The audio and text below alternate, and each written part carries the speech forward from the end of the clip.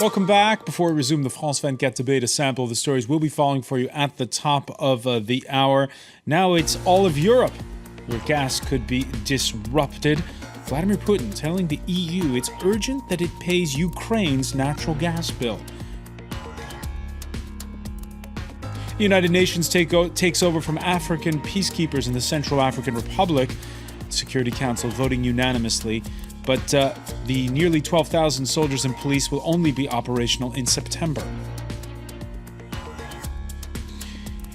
And in India, the biggest day of voting so far in a 5-week general election process. Seats up for grabs in 14 states. Long lines, witnesses in many places, including the capital, New Delhi.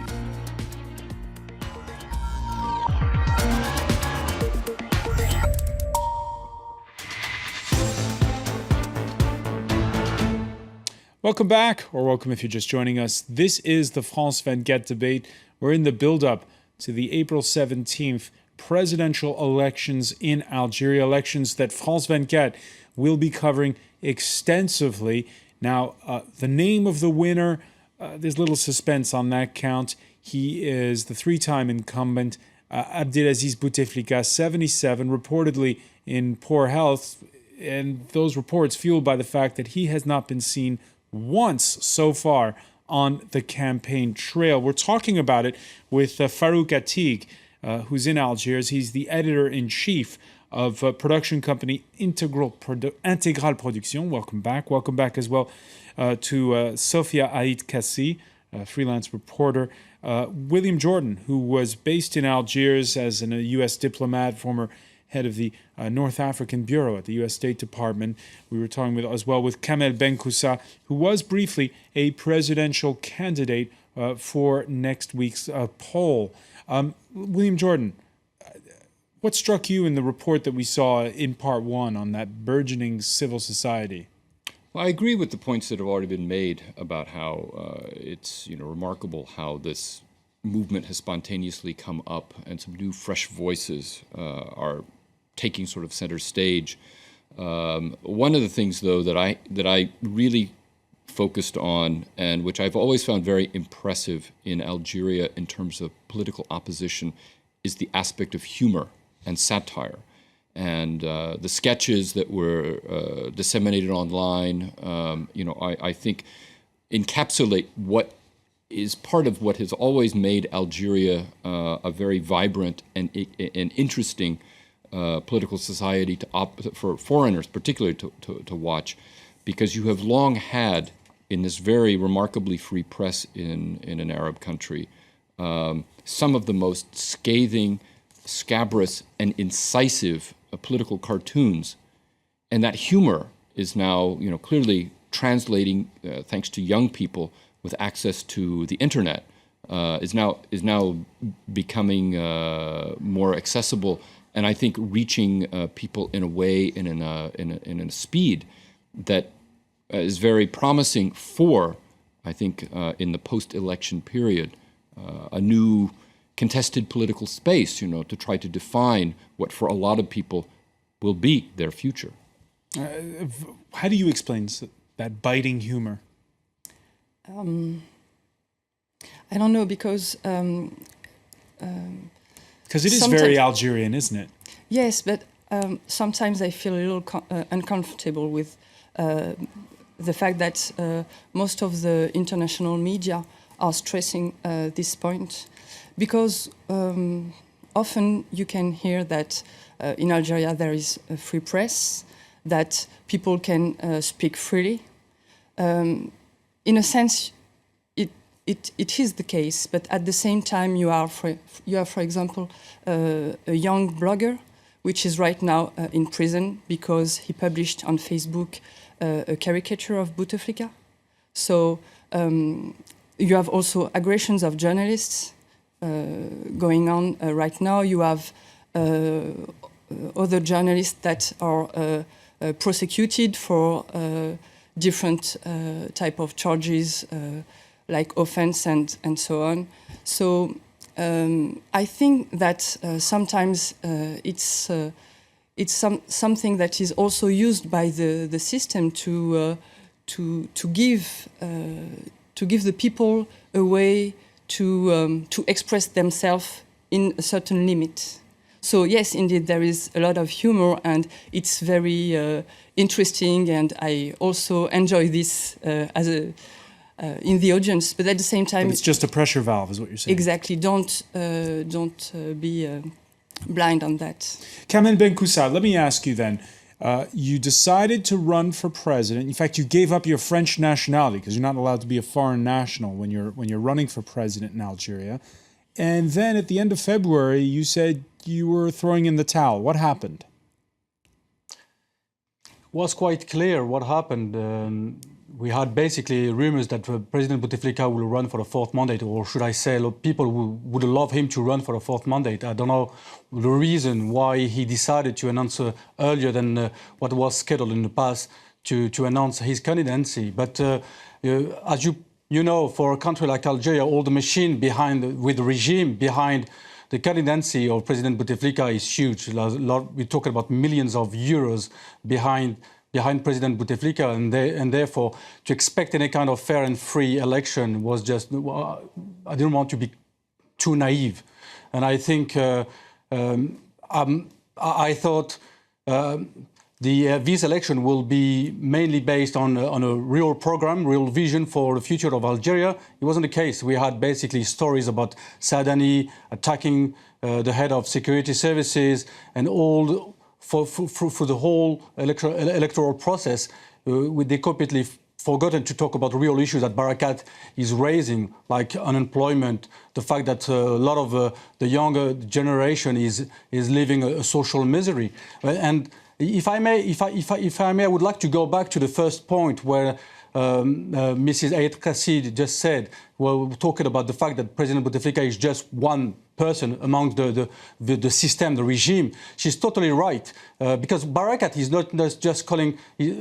not just against the fourth mandate. Barakat is basically asking to change the regime, to bring some kind of reforms, to change the constitution and make sure that we will be in charge of our own destiny. What we are facing But they today, say that, but we saw in the report that man say we're looking as well for a consensual project. Of course, we have to be aware of very big issues that we are facing in Algeria, not just social issues, but economic issues. Algeria is a $190 billion GDP. We have a bit more than $190 billion cash reserve. The unemployment rate is not 10%; it's more than 20. It's more like 24%. And we are facing a lot of problems. Education, health system is very poor. The private sector which is very poor. The industry is very poor. We're still too dependent on oil and gas revenues. And it's time to change and restructure our economy. Otherwise, it will be too late. I think we have a maximum of 5 years to change our economy. Otherwise, I think Algeria will face big problems in the future. And I'm quite staggered and shocked by the fact that Western countries are staying silent regarding this masquerade in this electoral process, having a 78-year-old president who is basically running again for a fourth term without having any kind of protest or any kind of signal coming from countries in Europe or in the US saying, listen, it's a bit too much. Fourth term is a bit too much. You have failed for the last 15 years to reform and restructure your economy. But Bouteflika can answer there are 5 other candidates. It is a multi-party election. You're saying it's a multi-party election. I don't think it is. Even the other candidate, they're trying to propose a new program to the young generation. And if you're in Algeria and mainly in Algiers, knowing Algiers is not Algeria, but when you're in Algiers, you can see that the majority of the younger generation, they don't care about the 17th of April. What's going to be, and I think it's already a done deal. Bouteflika will be re-elected for sure, and what will be interesting will be what's going to happen next. There are rumors that they will reform the constitution again and create a vice president position. Either it's going to be Belkhadem or Ouyaha, which were basically part of the previous government. Ouyaha was a former prime minister shown to be totally against Bouteflika, and today they are all working all together to make sure that they will stay in power. And this is a really critical time for Algeria, having these people from the regime to stay together behind this campaign to make sure that they will stay in power. It's time to have a change, and I'm more than happy to hear voices like Barakat, and I hope many of them will start raising their voice up within the next few months after the 17th of April. Okay, we're going to talk a little bit more about what change is going to come later. But first, let's tell you another comment here. It's more about accepting the inevitable change than making the change happen itself. I guess that's directed at those in power in Algeria. The joke that's been circulating is that Algerians are thankful for the visit earlier this week by the U.S. Secretary of State John Kerry. It enabled them to get visual proof that their president was still alive. That's a joke. And yet, for many, Bouteflika himself, and we heard it in the report, remains genuinely popular. I choose our president since he is dear to our hearts. Life was grim until he came along and brought back peace, and we are very happy with that. All right, that's one Bouteflika supporter speaking at a rally. Farouk, ATIG, tell us a little bit, what's the campaign been like? Well, can we talk about the campaign? As you were mentioning, official 5 other candidates, but we have to rethink that during the past years, during the last election, for example, in 2004, there was also Louisa Hanoun, the only woman running for presidency. And all the time, it's the same scenario is happening. All the candidates are saying or playing the game that they are opposition. But in the fact, at the end, they're all retiring because they need some, possibility to get some, posts. I mean, some political, for example, in the National Assembly, or some political position or in other very high position of the country. And you were mentioning also the Bouteflika health. We just have a last-minute information. Is it a joke or not? Because you were talking about sense of humor, but apparently there could be a possibility that Abedelaziz Bouteflika could be leading a meeting on Sunday himself, and not only his principal former prime ministers. All right, so that would put to rest some ironic comments we've been getting from some of the viewers, like one who says here, Bouteflika's election manager says he's strong enough to lead, so it must be so. William Jordan. That brings us back again to the point of what happened, why there was this fourth run, because there was genuine wavering, wasn't there, over whether or not Bouteflika would run? I think that's overblown. I don't think there was ever any question that he would run, as long as his health was sufficient. But we saw this big cabinet reshuffle that happened. We saw a purge that happened in the high halls of power. All of which was preparing the way in case his health held up for the fourth run. I mean, to me, the big question mark was the duration of his stay here in France, and whether he was going to be able to get back to begin sort of this process of saying, okay, I'm getting better, and to show that he was in charge and that he was basically able to run the country without actually being always in the literal spotlight that he could have, behind a vigorous prime minister and a fully functioning government, everything working the way that it is supposed to be. To me, there was never really any mystery about whether or not he would run. The only question would have been on my mind, certainly, would he announce at the last minute, okay, yeah, I'm just too tired. But in my view, the election is basically a prelude to what has already been mentioned, the constitutional revision, the constitutional amendment to create the post of the vice presidency, and that from that you will finally have sort of in place a kind of a succession mechanism that doesn't really exist presently in Algeria, and you can start to make the transition towards a post-Bouteflika reality, in anticipation of the fact that that's not going to happen until Bouteflika physically is no longer with us. All right, and we have a question coming in from our colleague at France 24, Lila Jacinto, saying, if this election's a done deal, Can we discuss the military, please? Because there is, I guess, what Algerians call it le pouvoir, the power, right? This mix of people in the high halls of power, part of them from the former single ruling party, the FLN, and others from the army. Sure, we can talk. I mean, is it the same status quo that's going to go on? I agree with the statement I think made by Mr. BENKOUSSA that essentially what you have is the stage being set for a continuation of the status quo. I don't think, but although I take the view that the election to a certain extent is eyewash. I mean, the election is sort of something that Algeria has to go through to go into this next transition phase. And the pouvoir... But it doesn't sound like a transition phase. No, well, the pouvoir... The way you describe it. The transition from Bouteflika to somebody else as the leader. But the system will largely remain in place. The system will continue to function until there is some kind of a forcing event or the emergence of a personality within the pouvoir at the leadership who is prepared to take things to the next level. I mean, as Benjedid did following the 1988 riots. I don't know whether it's going to require a violent scenario a la 1988, but something, again, getting back to what I think Mr. BENKOUSSA said, Algeria faces a lot of stark challenges. William, 3 years ago when the Arab Spring erupted, you remember there were the very first demonstrations were not in Tunisia, they were in Algeria as well. Not just in Tunisia, they were also in Algeria. And yet, that's the same thing they were saying 3 years ago. But again, you just made the point. They did not last long.